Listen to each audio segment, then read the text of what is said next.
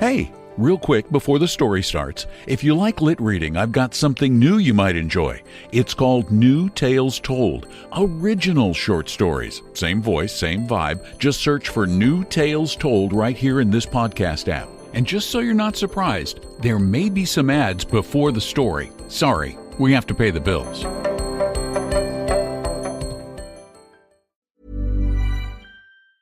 Hey guys, it's Paige from Giggly Squad, and if you're anything like me, holiday shopping has officially started. And you know where I'm going? Ulta Beauty. They have the cutest gift sets right now, like the Sol de Janeiro, Shea Rosa, and Cheer Perfume Mist Trio. It smells so good. I've been misting it everywhere. On me, on the street, on my pillow. It's a whole vibe. I'm obsessed with the Tarte Kindness Cafe Collector Set. It's packed with everyday makeup must-haves, and it's honestly too cute to wrap. And if you need a cozy little self-care moment, the Moroccan Oil Hand Care Essentials Kit is luxe, hydrating, and smells delicious. Don't worry if you can't decide right now. An Ulta Beauty gift card is the perfect gift for everyone. So whether you're gifting your bestie or yourself, make the season yours and head to Ulta Beauty today. Ulta Beauty, gifting happens here. Get Thanksgiving ready at Whole Foods Market with so many ways to save. Their 365 brand has great prices and the high quality you expect. No antibiotics ever turkeys start at $1.49 a pound with Prime. Round out your spread with mashed potatoes and condensed soups, plus fresh organic produce like green beans, white mushrooms, and carrots for casseroles and sides. Shop low prices and quality at Whole Foods Market, in-store or online. Terms apply.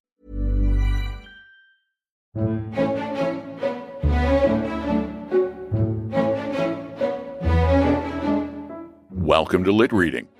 I'm Don McDonald.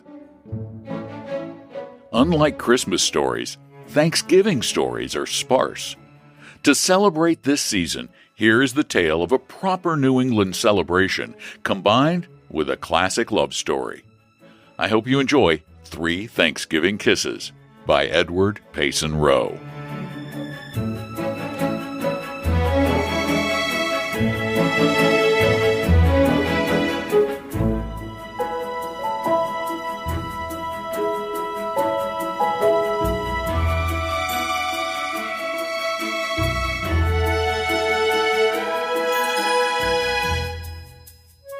It was the day before Thanksgiving.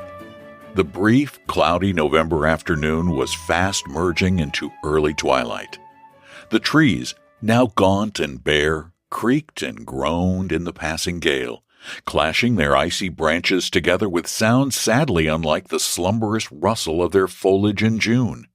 At the same time, foliage was now flying before the wind, swept hither and thither like exiles driven by disaster from the moorings of home, at times finding a brief abiding place and then carried forward to parts unknown by circumstances beyond control.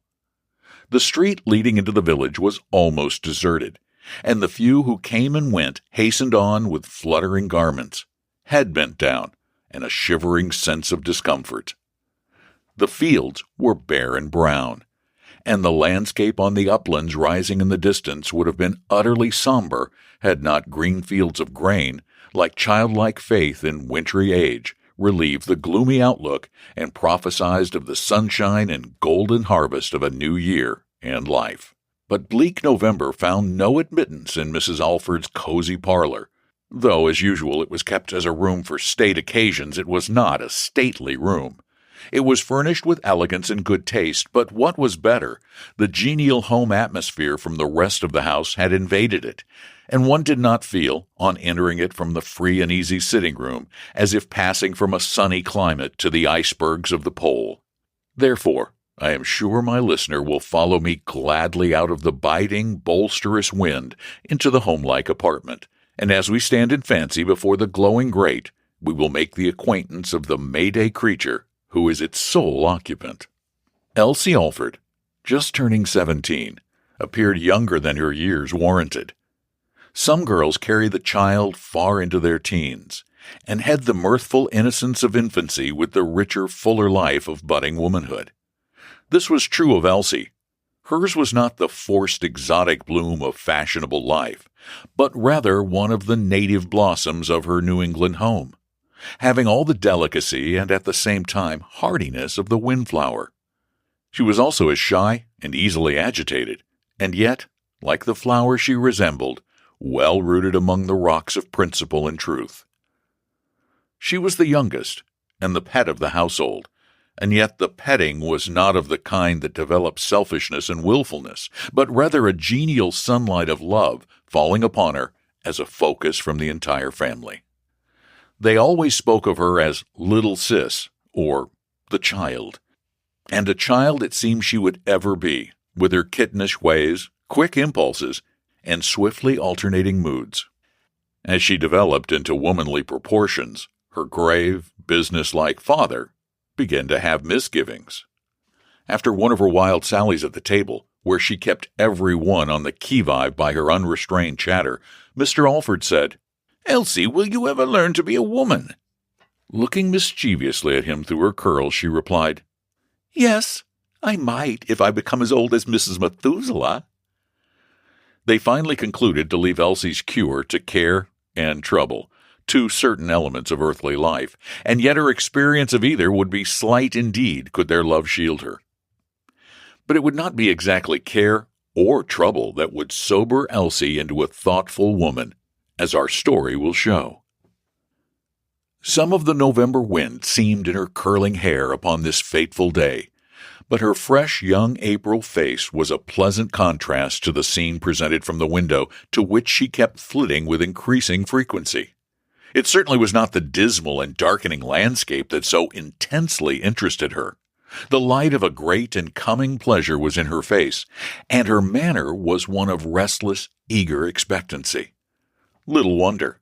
Her pet brother, the one next older than herself, a promising young theologue, was coming home to spend Thanksgiving. It was time he appeared.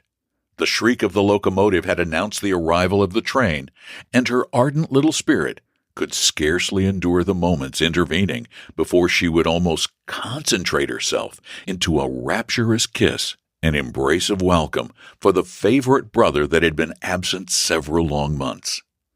Her mother called her away for a few moments, for the good old lady was busy indeed, knowing well that merely full hearts would not answer for a New England Thanksgiving. But the moment Elsie was free, she darted back to the window just in time to catch a glimpse, as she supposed, of her brother's well-remembered dark gray overcoat as he was ascending the front steps.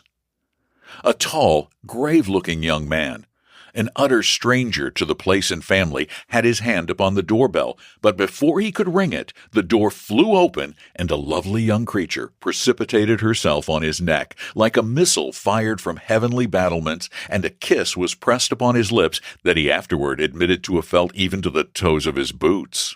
But his startled manner caused her to lift her face from under his side whiskers, and though the dusk was deepening, she could see that her arms were around an utter stranger. She recoiled from him with a bound, and trembling like a windflower indeed, her large blue eyes dilating at the intruder with a dismay beyond words. How the awkward scene would have ended it were hard to tell had not the hearty voice of one coming up the path called out, "Hey there, you witch! Who is that you're kissing and then standing off to see the effect?" There was no mistake this time, so impelled by love, shame, and fear of that horrid man, she fled, half-sobbing, to his arms. "No, he isn't a horrid man either," whispered her brother, laughing. "He's a classmate of mine. Why, Stanhope, how are you?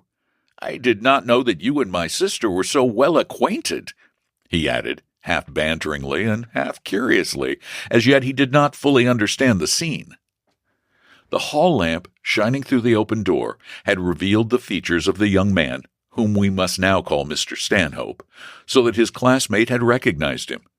His first impulse had been to slip away in the darkness and so escape from his awkward predicament, but George Alford's prompt address prevented this and brought him to bay. He was painfully embarrassed, but managed to stammer, "I was taken for you, I think. I never had the honor of meeting your sister." Oh, I see now. My wild little sister kissed before she looked. Well, that was your good fortune. I could keep 2 Thanksgiving days on the strength of such a kiss as that," cried the light-hearted student, shaking the diffident, shrinking Mr. Stanhope warmly by the hand. "You will hardly need a formal introduction now. But bless me, where is she? Has the November wind blown her away? I think your the lady passed on to the side entrance. I fear I have annoyed her sadly. Nonsense! A good joke. Something to tease the little witch about. But come in. I'm forgetting the sacred rites. And before the bewildered Mr. Stanhope could help himself, he was half dragged into the lighted hall and the door shut between him and escape. In the meantime, Elsie, like a whirlwind, had burst into the kitchen where Mrs. Alford was superintending some savory dishes. Oh, Mother, George has come and has a horrid man with him who nearly devoured me.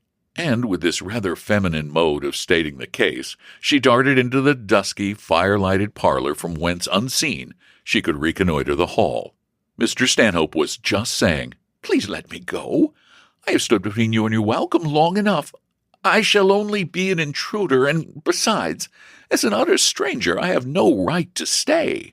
To all of which Elsie devoutly whispered to herself, Amen. But Mrs. Alford now appeared, and after a warm, motherly greeting to her son, turned in genial courtesy to welcome his friend, as she supposed. George was so happy that he wished everyone else to be the same. The comical episode attending Mr. Stanhope's unexpected appearance just hit his frolicsome mood and promised to be a source of endless merriment if he could only keep his classmate over the coming holiday. Moreover, he long had wished to become better acquainted with this young man, whose manner at the seminary had deeply interested him. So he said, Mother, this is Mr. Stanhope, a classmate of mine. I wish you would help me persuade him to stay. Why, certainly. I suppose you expected to stay with us, of course, said Mrs. Alford heartily. Mr. Stanhope looked ready to sink through the floor, his face crimson with vexation. I do assure you, madam, he urged, it is all a mistake. I am not an invited guest. I was merely calling on a little matter of business when— And there he stopped. George exploded into a hearty, uncontrollable laugh, while Elsie, in the darkness, shook her little fist at the stranger, who hastened to add, Please let me bid you good evening. I have not the slightest claim on your hospitality. Where are you staying? Asked Mrs. Alford, a little mystified. We would like you to spend at least part of the time with us. I do not expect to be here very long. I have a room at the hotel. Look here, Stanhope, cried George, barring all egress by planting his back against the door. Do you take me, a half-fledged theologue, for a heathen? Do you suppose that I could be such a churl as to let a classmate stay at our dingy, forlorn little tavern and eat hash on Thanksgiving Day? I could never look you in the face at recitation again. Have some consideration for my peace of mind, and I am sure you will find our home quite as endurable as anything Mr. Starks can provide. Oh, as to that, from even the slight glimpse I have had, this seems more like a home than anything I have known for many years. But I cannot feel it right that I, an unexpected stranger— Come, no more of that. You know what is written about entertaining strangers, so that is your strongest claim. Moreover, that text works both ways sometimes, and the stranger angel finds himself among angels. My old mother here, if she does weigh well on toward 200, is more like one than anything I have yet seen. And Elsie, if not an angel, is at least part witch and part fairy. But you need not fear ghostly entertainment from my mother's larder. As you are a Christian and not a pagan, no more of this reluctance. Indeed, nolens volens, I shall not permit you to go out into this November storm tonight. And Elsie, to her dismay, saw the newcomer led up to the spare room with a sort of hospitable violence. With flaming cheeks and eyes half full of indignant tears, she now made onslaught on her mother, who had returned to the kitchen, where she was making preparations for a supper that might almost answer for the dinner the next day. Mother, she exclaimed, how could you keep that disagreeable stranger? He will spoil our Thanksgiving. Why,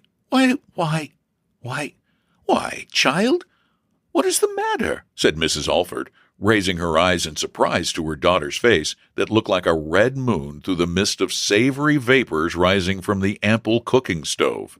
I don't understand you. Why should not your brother's classmate add to the pleasure of our Thanksgiving? Well, perhaps if we had expected him, if he'd come in some other way and we knew more about him. Bless you, child, what a formalist you have become. You stand on a fine point of etiquette as if it were the broad foundation of hospitality. Why, only last week you wanted a rugged tramp who had every appearance of being a thief to stay all night. Your brother thinks it a special providence that his friend should have turned up so unexpectedly. Oh, dear, sighed Elsie. If that is what the doctrine of special providence means, I shall need a new confession of faith. Then, a sudden thought occurring to her, she vanished, while her mother smiled, saying, What a queer child she is, to be sure. A moment later, Elsie gave a sharp knock on the spare room door, and in a second was at the further end of the dark hall. George put his head out. Come here, she whispered. Are you sure it's you? She added, holding him off at arm's length. His response was such a tempest of kisses and embraces that in her nervous state she was quite panic-stricken. George, she gasped, have mercy on me. I only wished to show you how he felt, so you would have some sympathy for him. If you don't stop, said the almost desperate girl, I will shut myself up and not appear till he is gone. I will anyway, if you don't make me a solemn promise. Leave out the solemn. No, I won't. Upon your word and honor, promise never to tell what has happened. My mistake, I mean. Oh, Elsie, it's too good to keep, laughed George. Now, George, if you tell, sobbed Elsie, you'll spoil my holiday, your visit, and everything. If you feel that way, you foolish child, of course I won't tell. Indeed, I suppose I should not, for Stanhope seems half frightened out of his wits also. Serves him right, though I doubt whether he has many to lose, said Elsie spitefully. Well, I will do my best to keep it in, said George, soothingly, and stroking her curls. But you will let it out, you see. The idea of your keeping anything with your April face? Elsie acted upon the hint, and went to her room in order to remove all traces of agitation before the supper bell should summon her to meet the dreaded stranger. In the meantime, Mr. Alfred and James, the second son, had come up from the village where they had a thriving business. They greeted George's friend so cordially that it went some way to putting the diffident youth at his ease. But he dreaded meeting Elsie again quite as much as she dreaded meeting him. Who is this Mr. Stanhope? His parents asked, as they drew George aside for a little private talk after his long absence. Well, he is a classmate with whom I have long wished to get better acquainted. But he is so shy and retiring that I have made little progress. He came from another seminary and entered our class in the middle of the year. No one seems to know much about him, and indeed he has shunned all intimacies and devotes himself wholly to his books. The recitation room is the one place where he appears well, for there he speaks out, as if forgetting himself, or rather, losing himself in some truth under contemplation. Sometimes he will ask a question that wakes up both class and professor, but at other times it seems difficult to pierce the shell of his reserve or diffidence. And yet, from the little things I have seen, I know that he has a good, warm heart, and the working of his mind in the recitation room fascinates me. Further than this, I know little about him, but have just learned from his explanation as to his unexpected appearance at our door that he is very poor, and purposed to spend his holiday vacation as agent for a new magazine that is offering liberal premiums. I think his poverty is one of the reasons why he has shrunk from companionship with the other students. He thinks he ought to go out and continue his efforts tonight. This stormy night? Ejaculated kind Mrs. Alford. It would be barbarous. Certainly it would, Mother. We must not let him. But you must all be considerate, for he seems excessively diffident and sensitive. And besides, but no matter. No fear that we will soon make him at home, and it's a pleasure to entertain people who are not surfeited with attention. I don't understand Elsie, however, for she seems to have formed a violent prejudice against him. From the nature of her announcement of his presence, I gather that he was a rather forward young man. There was a twinkle in George's eye, but he merely said, Elsie is full of moods and tenses, but her kind little heart is always the same, and that will bring her around all right." They were soon after marshaled to the supper room. Elsie slipped in among the others, but was so stately and demure, and with her curls brushed down so straight that you would scarcely have known her. Her father caught his pet around the waist and was about to introduce her when George hastened to say with the solemnity of an undertaker that Elsie and Mr. Stanhope had met before. Elsie repented the promise she had wrung from her brother, for any amount of badinage would be better than this depressing formality. She took her seat, not daring to look at the obnoxious guest, and the family noticed with surprise that they had never seen the little maiden so quenched and abashed before. But George good-naturedly tried to make the conversation general, so as to give them time to recover themselves. Elsie soon ventured to steal shy looks at Mr. Stanhope, and with her usual quickness discovered that he was more in terror of her than she of him, and she exulted in the fact. "I will punish him well if I get a chance," she thought with a certain phase of the feminine sense of justice. But the sadness of his face quite disarmed her when her mother, in well-meant kindness, asked, "Where is your home located, Mr. Stanhope?" "In the seminary," he answered in a rather low tone. "You don't mean to say that you have no better one than a forlorn cell in Dogma Hall?" exclaimed George earnestly. Mr. Stanhope crimsoned, and then grew pale, but tried to say lightly, "An orphan of my size and years is not a very moving object of sympathy. But one might well find it difficult not to break the 10th commandment while seeing how you are surrounded." Elsie was vexed at her disposition to relent toward him. She so hardened her face, however, that James rallied her. "Why, Puss, what's the matter? Yours is the most unpromising Thanksgiving phiz I have seen today. Count your marcies." Elsie blushed so violently, and Mr. Stanhope looked so distressed, that James finished his supper in puzzled silence, thinking, however, "What has come over the little witch? For a wonder, she seems to have met a man that she is afraid of, but the joke is he seems even more afraid of her." In the social parlor, some of the stiffness wore off, but Elsie and Mr. Stanhope kept on opposite sides of the room and had very little to say to each other. Motherly Mrs. Alford drew the young man out sufficiently, however, to become deeply interested in him. By the next morning, time for thought had led him to feel that he must trespass on their hospitality no longer. Moreover, he plainly recognized that his presence was an oppression and restraint upon Elsie, and he was very sorry that he had stayed at all. But when he made known his purpose, the family would not listen to it. "I should feel dreadfully hurt if you left us now," said Mrs. Alford, so decidedly that he was in a dilemma, and stole a timid look toward Elsie, who at once guessed his motive in going away. Her kind heart got the better of her, and her face relented in a sudden reassuring smile. Then she turned hastily away. Only George saw and understood the little side scene, and the reason Mr. Stanhope was induced to remain. Then Elsie, in her quick, varying moods, was vexed at herself, and became more cold and distant than ever. "He will regard me as only a pert, forward miss, but I will teach him better," she thought. And she astonished the family more and more by a stateliness utterly unlike herself. Mr. Stanhope sincerely regretted that he had not broken away in spite of the others, but in order not to seem vacillating, he resolved to stay till the following morning, even though he departed burdened with the thought that he had spoiled the day for one of the family.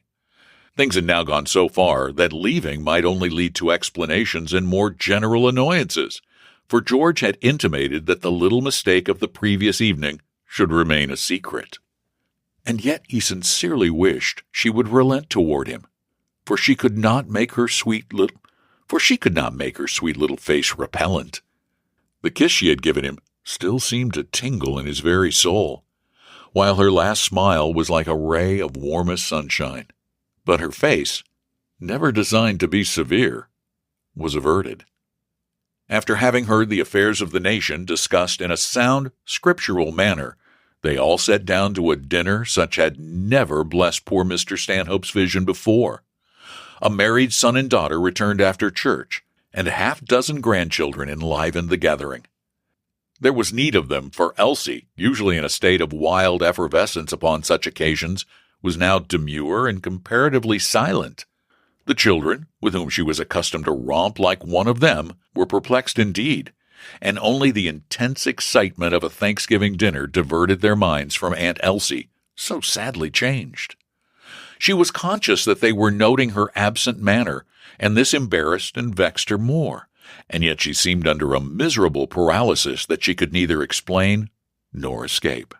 "If we had only laughed it off at first," she groaned to herself, "but now the whole thing grows more absurd and disagreeable every moment." "Why, Elsie," said her father banteringly, "you doubted the other day whether Mrs. Methuselah's age would ever sober you, and yet I think that good old lady would have looked more genial on Thanksgiving Day. What's the matter?" "I was thinking of the sermon," she said. Amid the comic elevation of eyebrows, George said slyly, "Tell us the text." Overwhelmed with confusion, she darted a reproachful glance at him and muttered, "I did not say anything about the text." "Well, then tell us about the sermon, then," laughed James. "No," said Elsie sharply. "I'll quote you a text. Eat, drink, and be merry, and let me alone." They saw that for some reason she could not bear teasing, and that such badinage troubled Mr. Stanhope also. George came gallantly to the rescue, and the dinner party grew so merry that Elsie thawed perceptibly, and Stanhope was beguiled into several witty speeches. At each one, Elsie opened her eyes in wider and growing appreciation. At last, when they rose from their coffee, she came to the surprising conclusion. "Why, he is not stupid and bad-looking after all." George was bent on breaking the ice between them, and so proposed that the younger members of the family party should go up a swollen stream and see the falls. But Elsie flanked herself with a sister-in-law on one side and a niece on the other, while Stanhope was so diffident that nothing but downright encouragement would bring him to her side. So George was almost in despair. Elsie's eyes had been conveying favorable impressions to her reluctant mind throughout the walk. She sincerely regretted that such an absurd barrier had grown up between her and Stanhope, but could not for the life of her, especially before the others, do anything to break the awkward spell. At last they were on their return and were all grouped together on a little bluff, watching the water pour foamingly through a narrow gorge. "Oh, see!" cried Elsie, suddenly pointing to the opposite bank. "What beautiful moss that is over there! It's just the kind I've been wanting." "Oh, dear, there isn't a bridge within half a mile." Stanhope glanced around a moment, and then said gallantly, "I will get you the moss, Miss Alford." They saw that in some inconceivable way he intended crossing where they stood. The gorge was much too wide for the most vigorous leap, so Elsie exclaimed eagerly, "Oh, please don't take any risk. What is a little moss?" "I say, Stanhope," remonstrated George seriously, "it would be no laughing matter if you should fall in there." But Stanhope only smiled, threw off his overcoat, and buttoned his undercoat closely around him. George groaned to himself, "This will be worse than the kissing scrape," and was about to lay a restrained grasp upon his friend. But he slipped away and lightly went up, hand over hand, a tall, slender sapling on the edge of the bank, the whole party gathering round in breathless expectation. Having reached its slender, swaying top, he threw himself out on the land side. The tree bent at once to the ground with his weight, but without snapping, showing that it was tough and fibrous. Holding firmly to the top, he gave a strong spring, which, with the spring of the bent sapling, sent him well over the gorge on the firm ground beyond. There was a round of applause from the little group he had just left, in which Elsie joined heartily. Her eyes were glowing with admiration, for when was not power and daring captivating to a woman? Then, in sudden alarm and forgetfulness of her former coolness, she exclaimed, "But how will you get back?" "This is my bridge," he replied, smiling brightly across to her, and holding on to the slender young tree. "You perceive that I was brought up in the country." So saying, he tied the sapling down to a root with a handkerchief, and then proceeded to fill another with moss. As George saw Elsie's face while she watched Stanhope gather the coveted trifle, he chuckled to himself. The ice is broken between them now. But Stanhope had insecurely fastened the sapling down. The strain upon the knot was too severe, and suddenly the young tree flew up and stood erect but quivering, with his handkerchief fluttering in its top as a symbol of defeat. There was an exclamation of dismay, and Elsie again asked with real anxiety in her tone, "How will you get back now?" Stanhope shrugged his shoulders. "I confess I am defeated, for there is no like sapling on this side.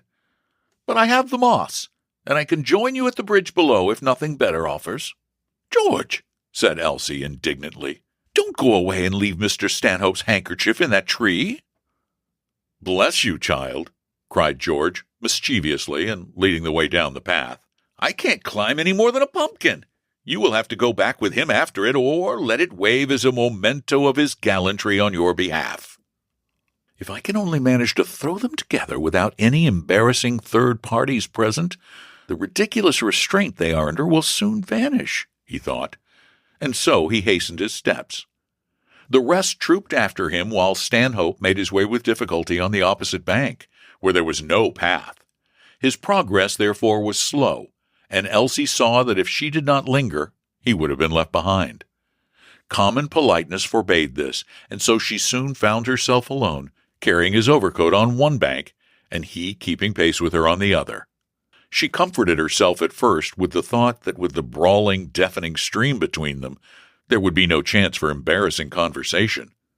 But soon her sympathies became aroused, and she saw him toilsomely making his way over the rocks and through the tangled thickets, and as she could not speak to him, she smiled her encouragement so often that she felt it would be impossible to go back to her old reserve. Stanhope now came to a little opening in the brush. The cleared ground sloped evenly down to the stream, and its current was divided by a large rock. He hailed the opportunity here offered with delight, for he was very anxious to speak to her before they should join the others. So he startled Elsie by walking out into the clearing, away from the stream. "Well, I declare, that's cool, to go and leave me alone without a word," she thought. But she was almost terror-stricken to see him turn and dart to the torrent like an arrow. With a long flying leap, he landed on the rock in the midst of the stream, and then, without a second's hesitation, with the impetus already acquired, sprang for the solid ground where she stood, struck it, wavered, and would have fallen backward into the water had not she, quick as thought, stepped forward and given him her hand. "You saved me from a ducking, if not worse," he said, giving the little rescuing hand a warm pressure. "Oh," exclaimed she, panting, "please don't do any more dreadful things.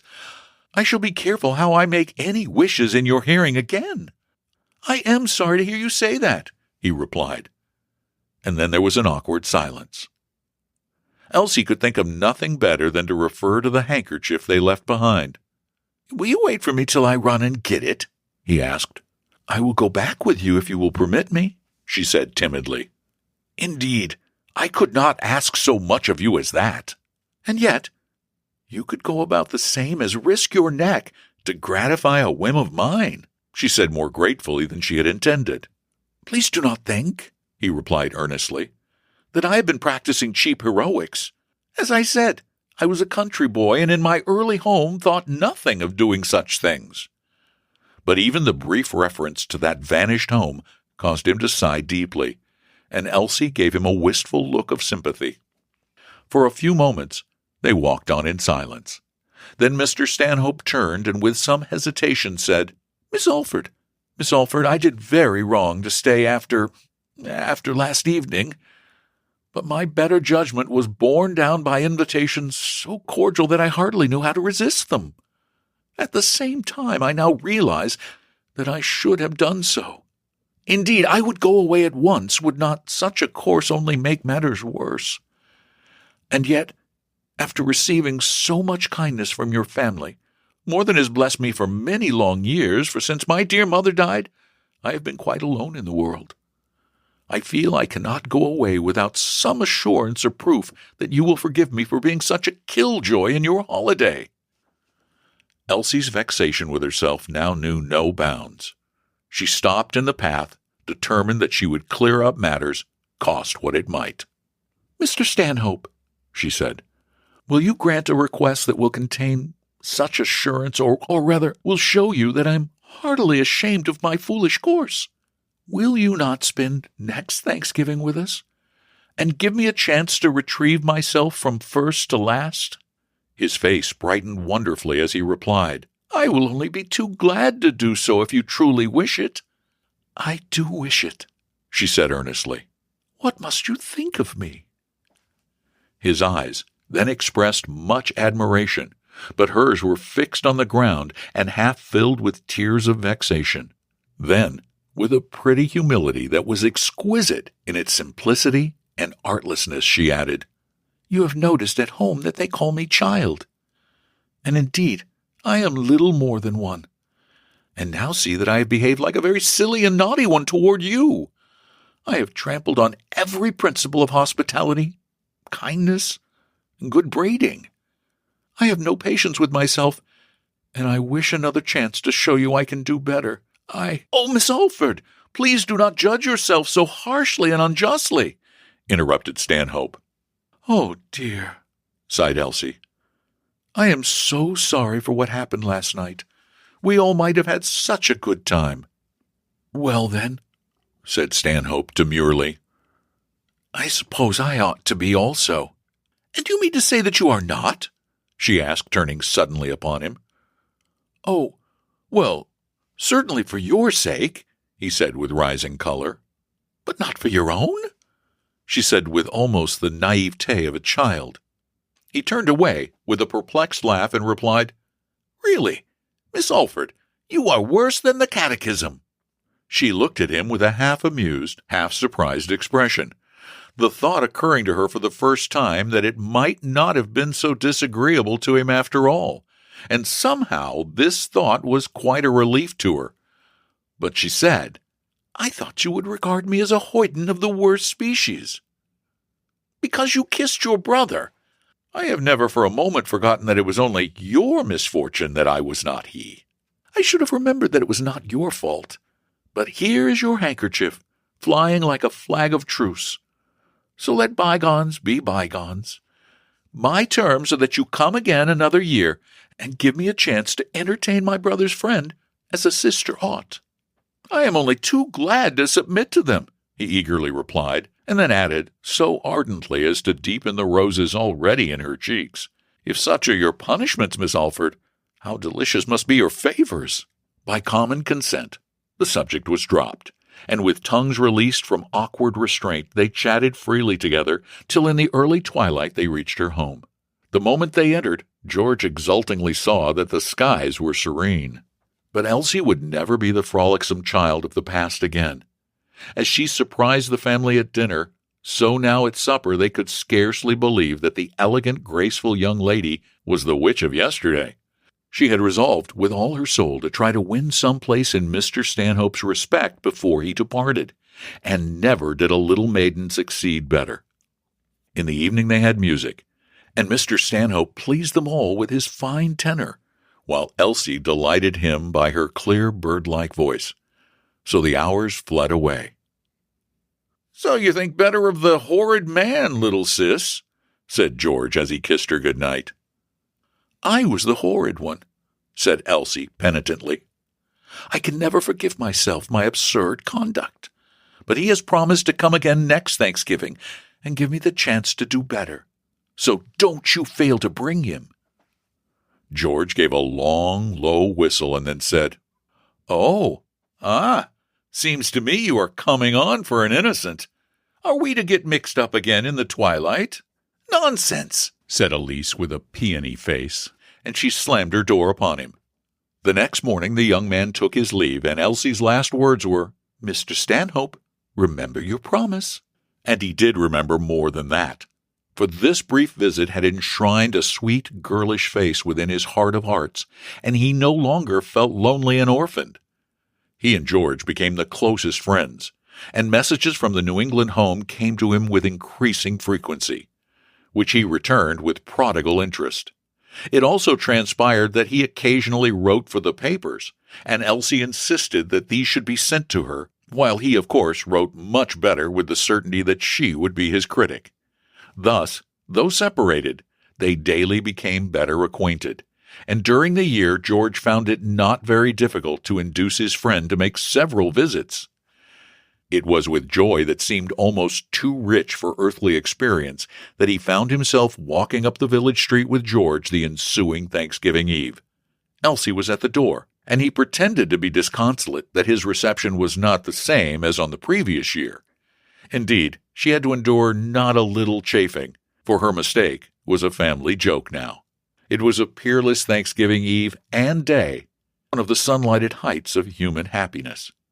After dinner, they all again took a walk upon the brawling stream, and Stanhope and Elsie became separated from the rest, though not so innocently as on the former occasion. "See," cried Elsie, pointing to the well-remembered sapling which she had often visited. "There fluttered our flag of truce last year." Stanhope seized her hand and said eagerly, "And here I again break the truce and renew the theme we dropped at this place. Oh, Elsie, I have felt that kiss in the depths of my heart every hour since, and in that it led to my knowing and loving you. It has made every day from that time one of thanksgiving. If you could return my love as I have dared to hope, it would be a happiness beyond words. If I could venture to take one more kiss, I could keep Thanksgiving forever." Her hand trembled in his, but was not withdrawn. Her blushing face was turned away toward the brawling stream, but she saw not its form. She heard not its hoarse murmurs. A sweeter music was in her ears. She seemed under a delicious spell, but she soon became conscious that a pair of dark eyes were looking down eagerly, anxiously for her answer. Shyly raising hers, that now were like dewy violets, she said, with a little of her old witchery, "I suppose you will have to kiss me this Thanksgiving to make things even." Stanhope needed no broader hint.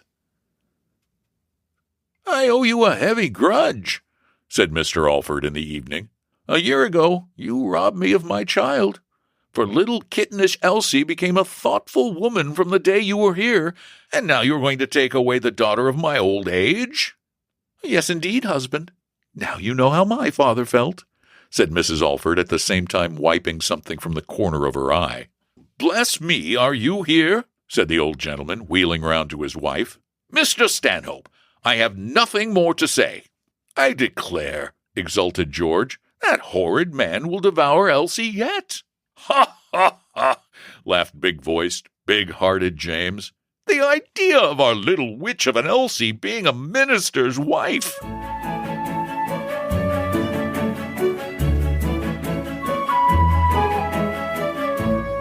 It is again Thanksgiving Eve.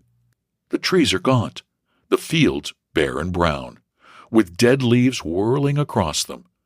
But a sweeter than June sunshine seems filling the cozy parlor where Elsie, a radiant bride, is receiving her husband's first kiss, almost on the moment that she, with her lips, so unexpectedly kindled the sacred fire 3 years before.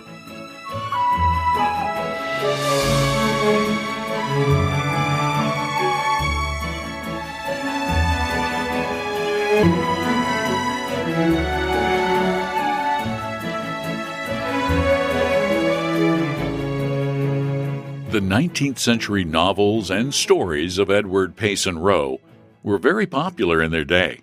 Being a Presbyterian minister, his works had a religious and moral foundation. Some of the greatest criticisms of his work were based on the sermonly characteristics of his stories, which may explain their wide acceptance during the Victorian age.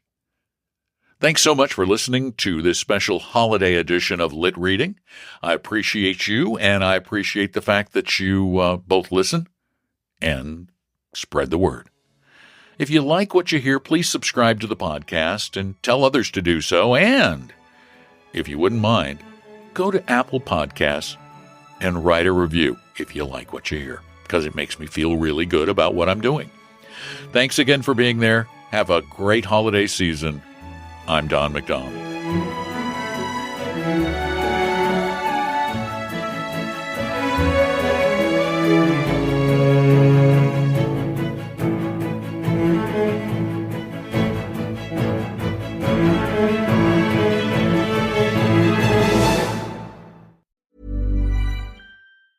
Hey guys, it's Paige from Giggly Squad, and if you're anything like me, holiday shopping has officially started. And you know where I'm going? Ulta Beauty. They have the cutest gift sets right now, like the Sol de Janeiro, Shea Rosa, and Cheer Perfume Mist Trio. It smells so good. I've been misting it everywhere, on me, on the street, on my pillow. It's a whole vibe. I'm obsessed with the Tarte Kindness Cafe Collector Set. It's packed with everyday makeup must-haves, and it's honestly too cute to wrap. And if you need a cozy little self-care moment, the Moroccan Oil Hand Care Essentials Kit is luxe, hydrating, and smells delicious. Don't worry if you can't decide right now. An Ulta Beauty gift card is the perfect gift for everyone. So whether you're gifting your bestie or yourself, make the season yours and head to Ulta Beauty today. Ulta Beauty, gifting happens here. Get Thanksgiving ready at Whole Foods Market with so many ways to save. Their 365 brand has great prices and the high quality you expect.